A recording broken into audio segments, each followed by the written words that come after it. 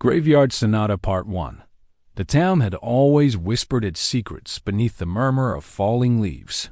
But the night that Marcellus arrived, the air itself seemed to shiver with anticipation. Even the wind, weaving through skeletal branches, carried a tone of expectation, a subtle prelude to horror. The cobblestone streets, slick with rain, reflected the pale, shivering light of the half-hidden moon, casting fractured shadows that danced and recoiled like tortured spirits.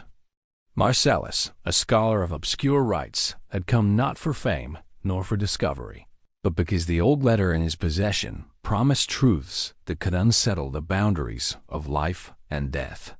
The inked script, brittle with age, had whispered in the corner of his mind, insisting that he witness the ritual of the Graveyard Sonata firsthand, a ceremony said to awaken the very bones of the forgotten.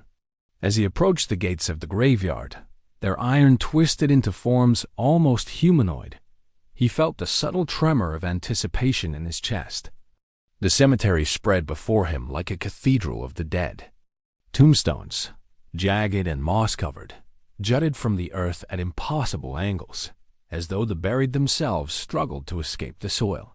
Between them, blackened roses, frozen mid-bloom, emitted an odor both sweet and bitter, heavy with decay and desire. At the center stood the mausoleum of the town's founder, its stonework etched with runes of protection and domination. A strange duality that suggested reverence as well as fear. Marcellus knew the story. Every century, on the night when the moon bled red, the ritual summoned a harmony that could breathe echoes into lifeless forms. The melody, some said, was composed by the founder himself, a man who had learned the secret language of corpses and the resonance of hollow bones. As midnight approached, the cemetery began to stir with subtle life. The air thickened, as if the very atmosphere had been compressed into expectancy. Marcellus could hear faint hums, almost imperceptible, like the whisper of someone turning a page in an invisible book. Shadows deepened, stretching unnaturally, curling around the tombstones in serpentine coils.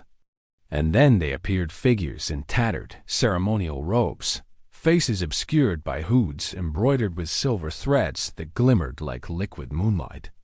They moved silently, carrying instruments fashioned from bone and string, their forms so lithe and precise, it was as if they had been waiting 100 years for this exact moment.